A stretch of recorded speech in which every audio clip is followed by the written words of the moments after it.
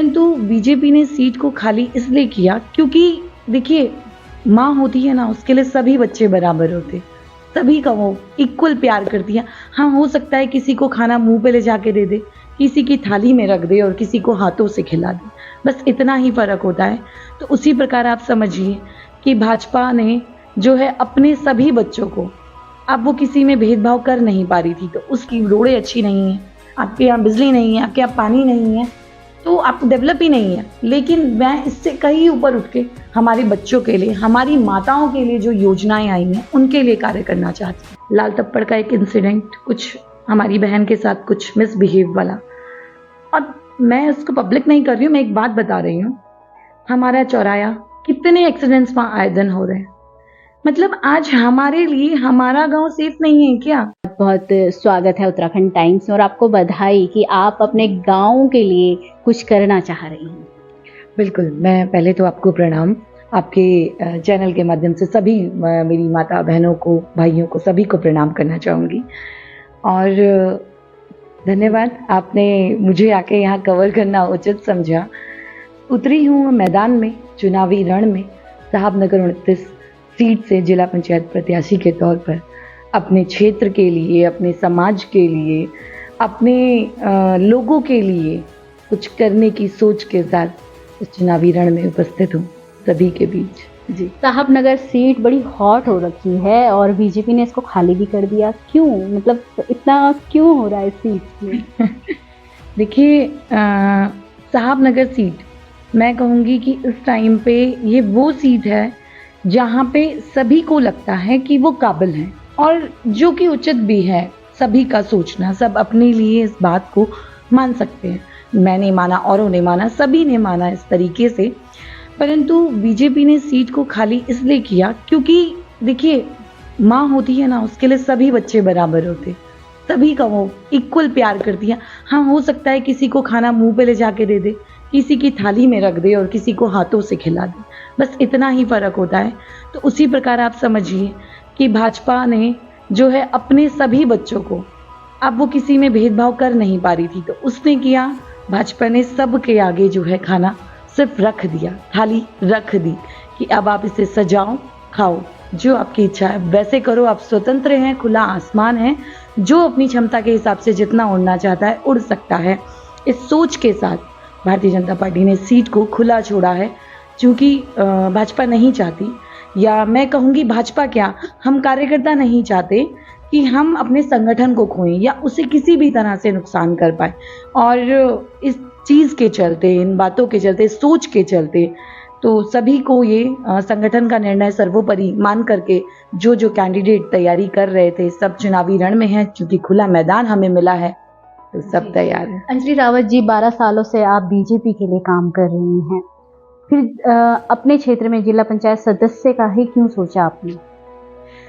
देखिए, मैं लगातार मंडल बूथ से चलते हुए प्रदेश के स्तर तक भाजपा की राजनीति में पहुंची।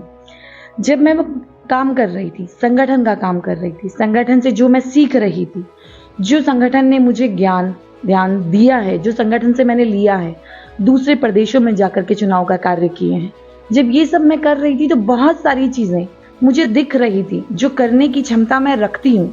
ऐसा मैं कह रही हूँ, शायद लोगों को भी लगता है, क्योंकि तभी हम सपोर्ट में हैं, सपोर्ट मिला है तभी हम चुनावी रण में आए हैं। देखिए, इन चीज़ों को मैंने फील किया कि वो ग्राउंड पे हो नहीं रही है। जो इनोवेटिव चीज़ें मेरे दिमाग में चल रही हैं, जो मुझे दिख रही हैं, मुझे ये लगा जो यहाँ पे प्रतिनिधित्व कर रहे हैं उन्हें क्यों नहीं दिख रही हैं। इसी सोच के चलते कि मैं कुछ बेहतर कर सकती हूँ, इनोवेटिव कर सकती हूँ। साहबनगर के पास, साहबनगर सीट में, जो ये मेरी साहबनगर 29 सीट है जिला पंचायत की, यहाँ बहुत कुछ हो सकता है, बहुत कुछ करना चाहिए जो हो नहीं रहा है। जैसे आपको मैं एक छोटा सा एग्जाम्पल देती हूँ। मैं जब छोटी थी उस टाइम पे ना, मैं रात को, सुबह, दिन, शाम, किसी भी समय आप बोलो, मेरे ताईजी औरों के घर, मेरे अपने घर लगातार एक दूसरे से चिपके हुए हैं। एक घर बस रोड क्रॉस करके है, सब जानते भी हैं हमें। तो हम लोग क्या करते थे, रात को, दिन को, किसी भी टाइम, हमें रात की सब्जी पसंद नहीं आई अपने घर पे, हम फटाफट दूसरी ताईजी के यहाँ गए, रोड क्रॉस करके गए कि हमें जो है सब्जी जो है ताईजी आपके यहाँ क्या बनी, हमें चाहिए।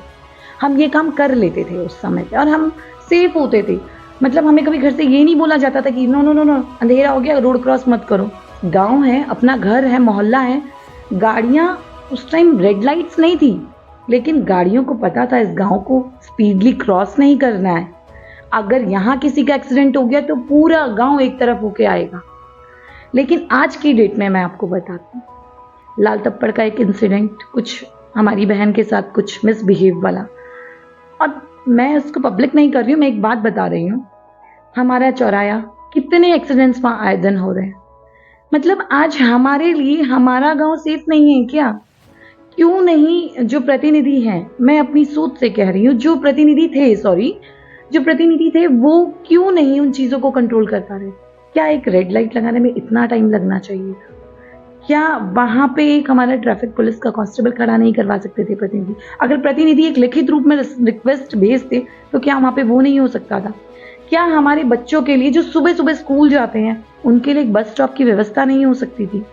बहुत सारी ऐसी चीज़ें जो मुझे नहीं दिख रही हैं।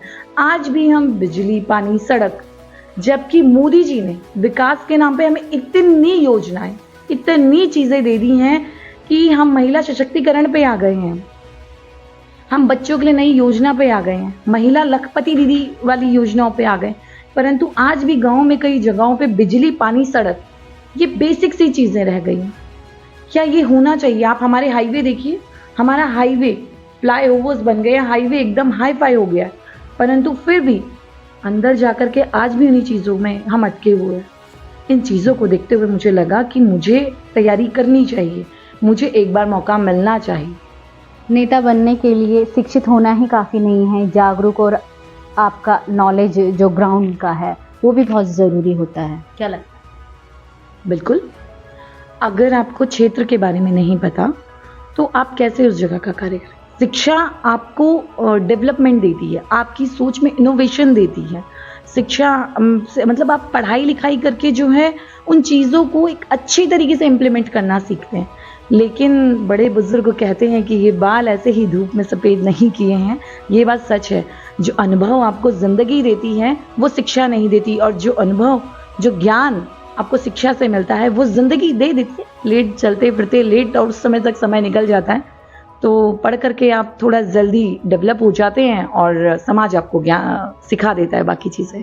ठीक है अंजलि जी, जिस तरह से छिदरवाला को आप जानते हैं, साहब नगर के और जैसे बगल के गांव हैं छिदरवाला के और गांव में, सबको आप जानते हैं। शाम जो हमारा ये एरिया आता है, गढ़ी मंचक भी आता है, खैरी कला भी आता है, रायवाला भी आता है, वहाँ तक कैसे लोगों को अपनी बात पहुँचाओगी कि मैं आपकी बेटी आपके लिए आई हूँ और आपकी सेवा के लिए आई हूँ?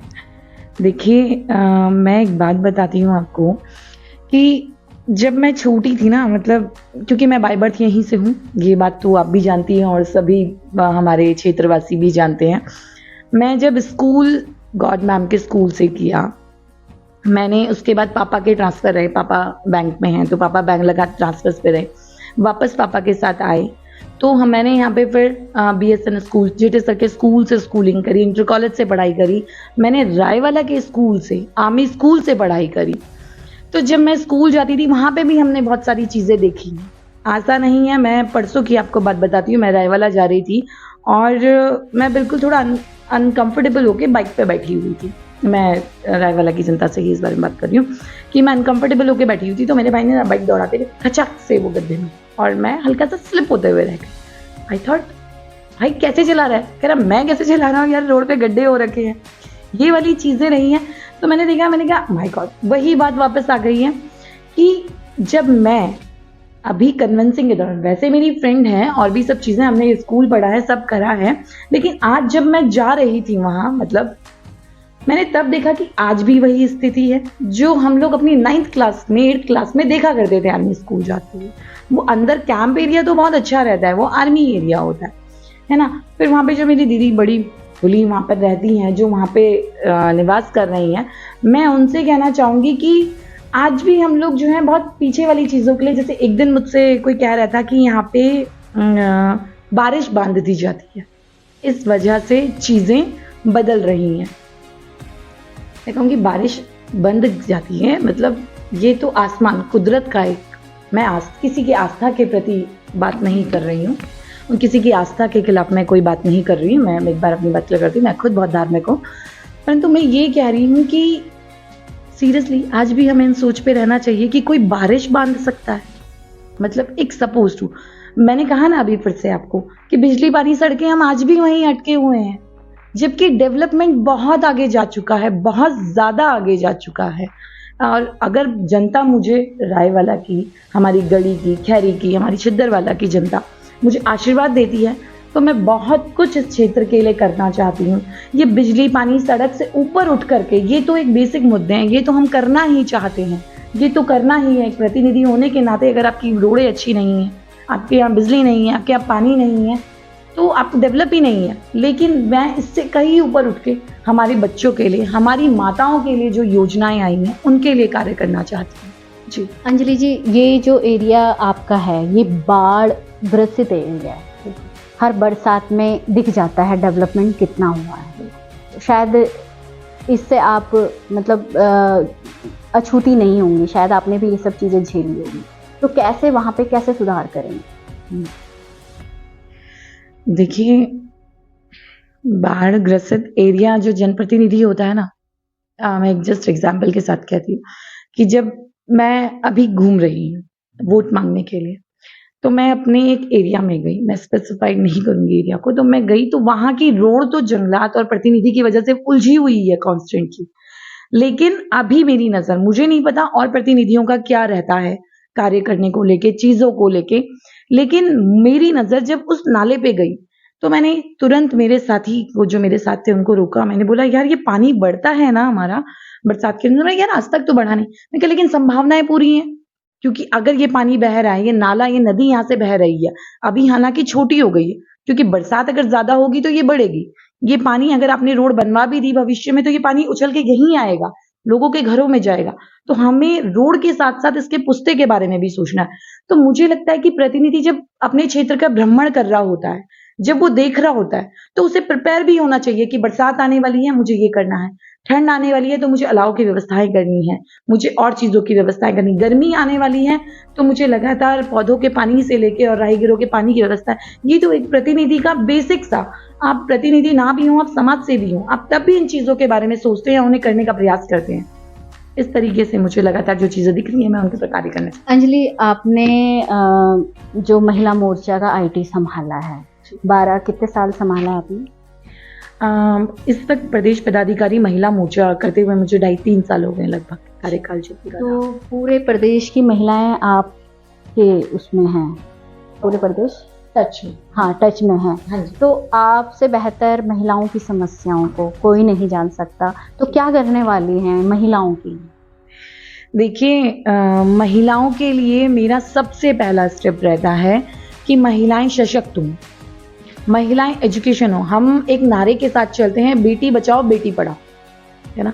तो बेटी बचाओ बेटी पढ़ाओ का नारा तो मैं कहूँगी कि मैं बहुत ब्लेस्ड हूँ इस चीज़ के लिए कि जो मेरी ये साहबनगर 29 की सीट है, ये इस चीज़ में सक्षम है। मतलब यहाँ पे हमें बेटी बचाओ बेटी पढ़ाओ नहीं करना पड़ता, यहाँ बेटी को हर कोई पढ़ा रहा है, यहाँ बेटी को हर कोई जन्म देना चाहता है। और इवन मैं कहूंगी कि मेरी सीट के अंतर्गत जितने एरिया आते हैं, सीट के बाहर भी, हमारे ऋषिकेश विधानसभा में जो 3 जिला पंचायत की सीट है, वहां पर हर जगह मुझे लगता है कि बेटियों को आगे बढ़ाया जाता है। तभी आपने देखा कि हमारी 3 सीटें महिला हैं, जिनमें 2 प्रत्याशी भी हैं हमारे।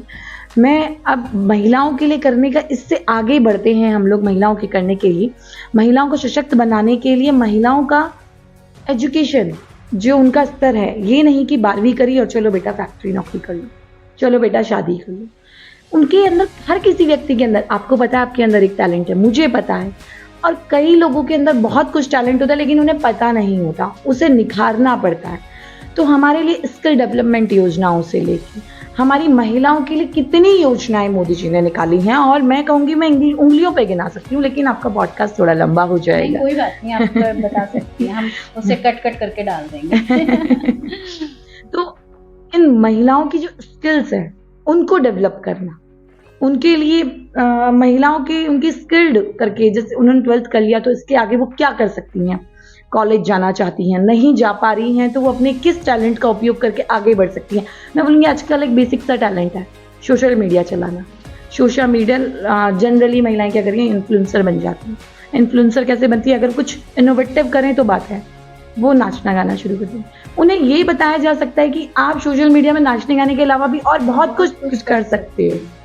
आप उसमें अपने डेली कुकिंग वीडियोस जैसे हमारी वो डाल सकती हैं। आप डेली घर में खाना, आप अगर ब्लॉगिंग भी करिए तो आप अपने क्षेत्र को आगे बढ़ाइए।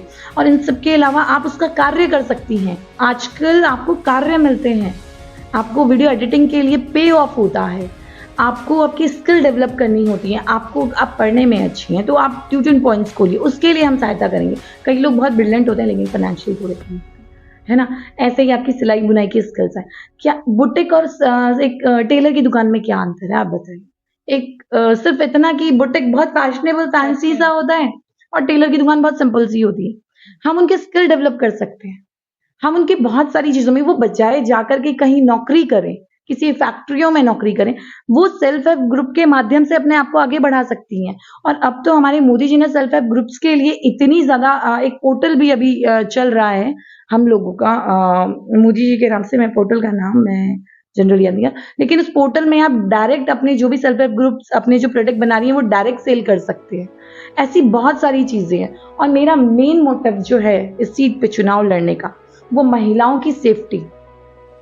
जो चीज़ आज तक हमने बाहर सुनी है, जो चीज़ हमने आज तक सुना था कि बाहर उसके साथ ऐसा हो गया, वैसा हो गया, अब ये चीज़ें हमारे क्षेत्र में पहुँचने लगी हैं।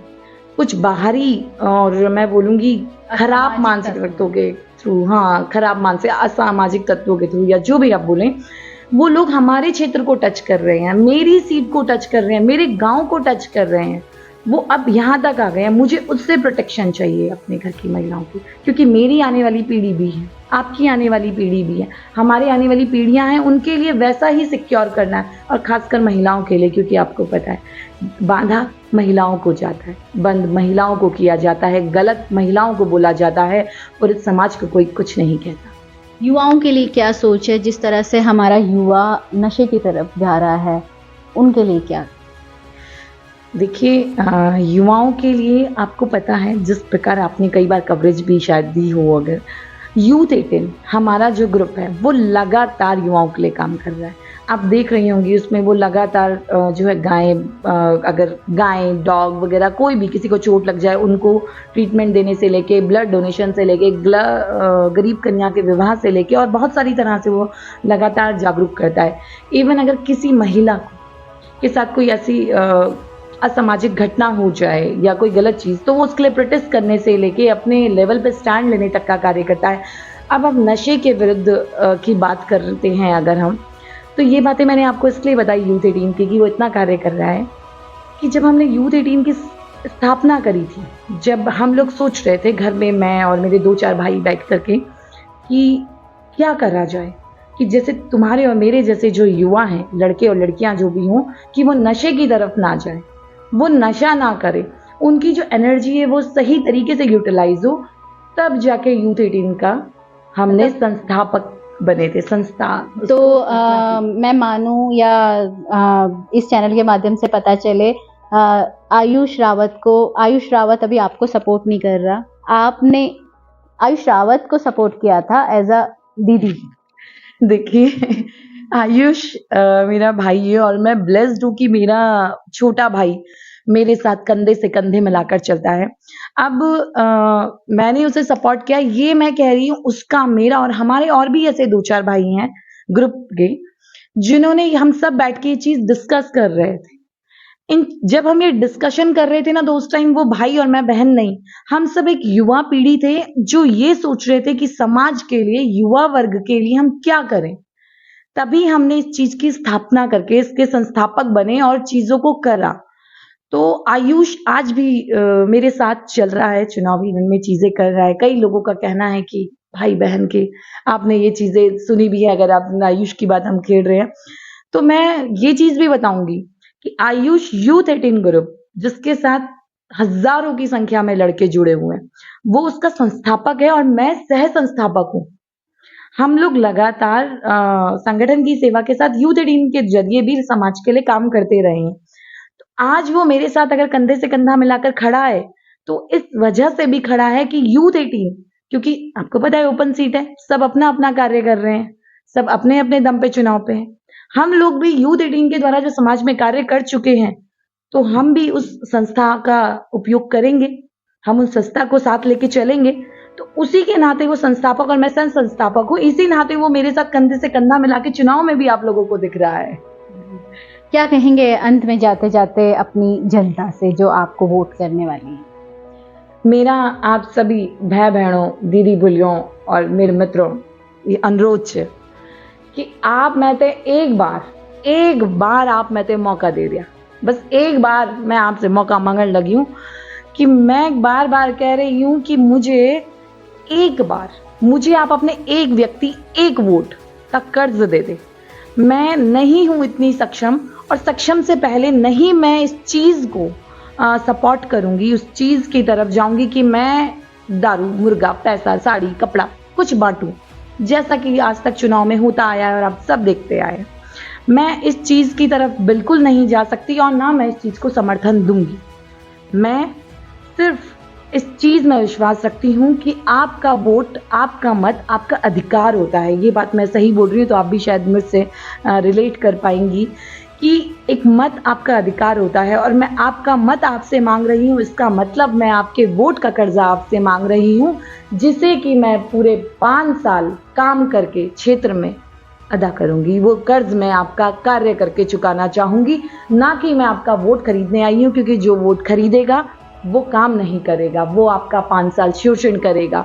और मैं काम करने, आपकी सेवक बनके, आपकी बेटी बनके आपके बीच में आकर के आपसे आपका एक वोट का कर्ज मांग रही हूँ। और लगातार मैं आप लोग से अनुरोध कर रही हूँ कि आप मुझे एक वोट का कर्ज दे दीजिए, उसके बदले में मैं 5 साल, पूरे 5 साल मैं कहूँगी रेखा जी कि मैं उस वोट के कर्ज को निभाऊंगी, मैं उस वोट के कर्ज को कार्य करके पूरा करूंगी। बहुत बहुत धन्यवाद आपका हमें समय देने के लिए। बहुत धन्यवाद आपका, और आपके माध्यम से जितनी भी जनता देख रही है सभी को बहुत बहुत धन्यवाद, सादर प्रणाम। जिस तरह से आपने देखा, अंजलि रावत को सुना, जो साहबनगर 29 से जिला पंचायत सदस्य के लिए उम्मीदवार हैं। फैसला आपका है, कई कैंडिडेट खड़े हैं, तो आप इस सीट में जिसे आपको लगता है कि वो आपके लिए कार्य कर सकता है, उसको वोट दे सकते हैं। तो इसी तरह से बने रहिए हमारे साथ। उत्तराखंड टाइम्स, छिंदवाड़ा से रेखा भंडारी।